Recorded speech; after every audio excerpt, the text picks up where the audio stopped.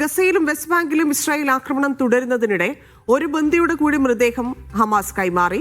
ഇനി അവശേഷിക്കുന്നത് ഒരു ബന്ദിയുടെ മൃതദേഹം മാത്രമാണ്. ഗസയിൽ വെടിനിർത്തൽ പ്രഖ്യാപനം വന്ന് 50 ദിവസം പിന്നിടുമ്പോൾ ഇസ്രായേൽ കൊലപ്പെടുത്തിയവരുടെ എണ്ണം 357ആയി. ഗസയിൽ യുദ്ധക്കുറ്റം നടന്നതായി UN സെക്രട്ടറി ജനറൽ പറഞ്ഞു.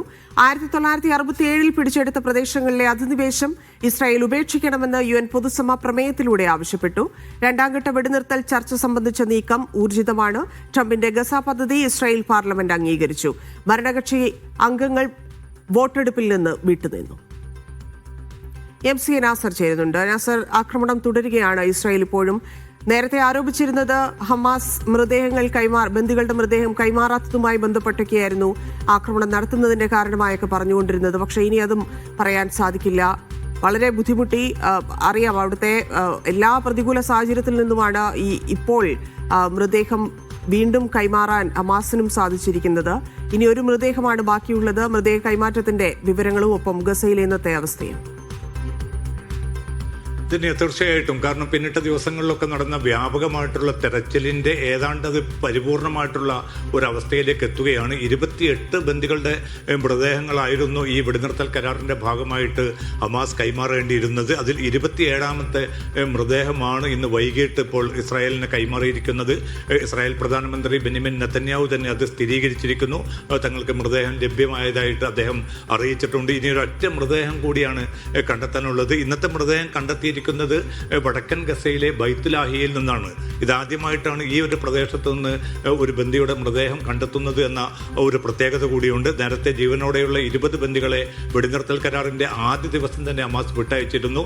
തുടർ ദിവസങ്ങളിലാണ്, ഇപ്പൊ 50 ദിവസത്തിലധികം പിന്നിട്ടിരിക്കുന്ന ഈ വെടിനിർത്തൽ കരാറിന്റെ വിവിധ ഘട്ടങ്ങളിലായിട്ടാണ് ഈ 27 ബന്ദികളുടെ മൃതദേഹങ്ങളും ഹമാസ് കൈമാറിയിരിക്കുന്നത്. നേരത്തെ ധന്യ സൂചിപ്പിച്ചതുപോലെ ഏതെങ്കിലും അർത്ഥത്തിലുള്ള ഇനി ഒരു തടസ്സവാദം ഉന്നയിക്കാൻ ഇസ്രായേലിന് സാധിക്കാത്ത വിധത്തിൽ വളരെ വ്യാപകമായിട്ടുള്ള തെരച്ചിൽ നടത്തിക്കൊണ്ട് റെഡ് ക്രോസിന്റെയും ഈജിപ്തിന്റെയും സഹകരണത്തോടു കൂടിയാണ് ഈ മൃതദേഹങ്ങളൊക്കെയും വളരെ പ്രതികൂലമായിട്ടുള്ള സാഹചര്യങ്ങളും പ്രതിസന്ധി ഘട്ടങ്ങളൊക്കെ മറികടന്നുകൊണ്ട് തരണം ചെയ്തുകൊണ്ടാണ് ഇപ്പോൾ ഹമാസ് നേതൃത്വം ഈ മൃതദേഹങ്ങൾ കൈമാറിയിരിക്കുന്നത്. അതുകൊണ്ട് തന്നെ അന്തർദേശീയ സമൂഹത്തെ സംബന്ധിച്ചിടത്തോളം ഹമാസിന് അവർ ഏറ്റെടുത്തിരിക്കുന്ന ദൗത്യം ഏറെക്കുറെ ഇപ്പോൾ പൂർണ്ണതയിലേക്ക് വരുന്നു എന്നത് അവരും അംഗീകരിക്കുന്നുണ്ട്. അതുകൊണ്ട് തന്നെ ഈ വെടിനിർത്തൽ കരാർ സ്ഥായിയായ അവസ്ഥയിൽ തന്നെ മുന്നോട്ട് പോകണം എന്ന സമ്മർദ്ദത്തിലേക്ക് ഇപ്പോൾ ഇസ്രായേൽ നീങ്ങുന്നുണ്ട്.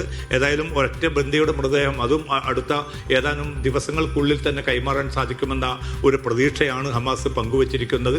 അതുകൊണ്ട് തന്നെ ആ മൃതദേഹം കൂടി കൈമാറുന്നതോടുകൂടി തന്നെ ഈ പ്രതിസന്ധിയിൽ വലിയ ഒരു ദൗത്യം വിജയകരമായിട്ട് എത്തുകയാണ്. പക്ഷെ അതേസമയം തന്നെ ആക്രമണം അതിശക്തമായി തന്നെ ഇന്നും തുടർന്നു. ഖാൻ യൂനിസിൽ അതോടൊപ്പം തന്നെ റഫേലൊക്കെയും ആക്രമണം നടന്നതായിട്ടുള്ള റിപ്പോർട്ടുകളുണ്ട്. നിരവധി പേർക്ക് പരിക്കേറ്റതായിട്ടുള്ള റിപ്പോർട്ടുകൾ പുറത്തു വരുന്നു. ഇപ്പോൾ ഈ രാത്രി റഫേലിൽ നിന്ന് 3 സൈനികർക്ക് പരിക്കേറ്റതായിട്ടുള്ള ഒരു റിപ്പോർട്ടാണ് ഇപ്പോൾ ഏറ്റവും അവസാനം പുറത്തു വരുന്നത്.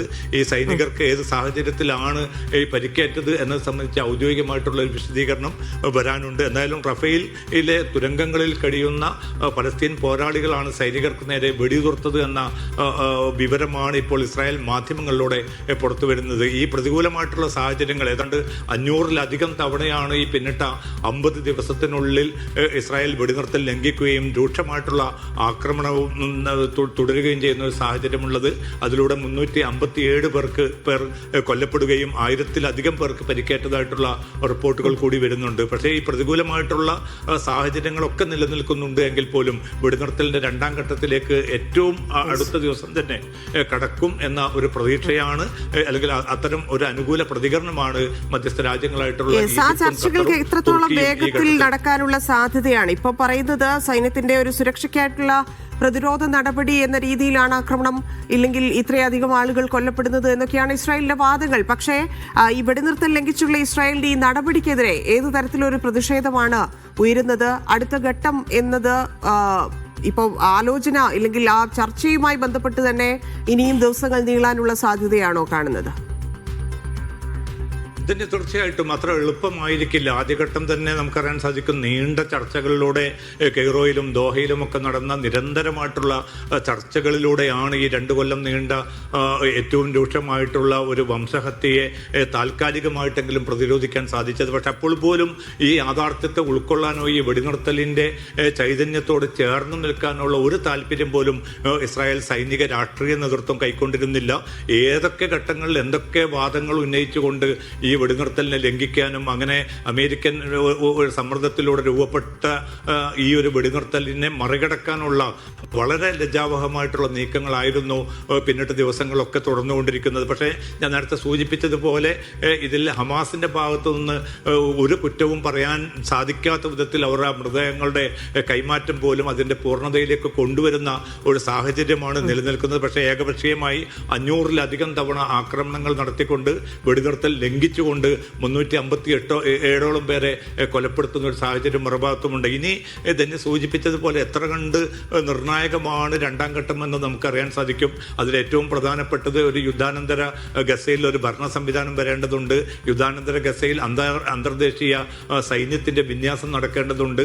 അതോടൊപ്പം തന്നെ ഹമാസിന്റെ നിരായുധീകരണം എന്ന മറ്റൊരു ഘടകം കൂടി ഇതിന്റെ ഏറ്റവും നിർണായകമായി നിൽക്കുന്നുണ്ട്. പക്ഷേ ഇതിലൊക്കെ കടക്കണമെങ്കിൽ ഇസ്രായേൽ നൽകേണ്ട ചില ഉറപ്പുകൾ അല്ലെങ്കിൽ പാലിക്കേണ്ട ചില മര്യാദകൾ, ചില വ്യവസ്ഥകളുണ്ട്. അക്കാര്യത്തിൽ ഇപ്പോൾ പോലും ഒരു കൃത്യമായിട്ടുള്ള ഒരു വിശദീകരണം നൽകാൻ പോലും ഇസ്രായേലിന് സാധിച്ചിട്ടില്ല.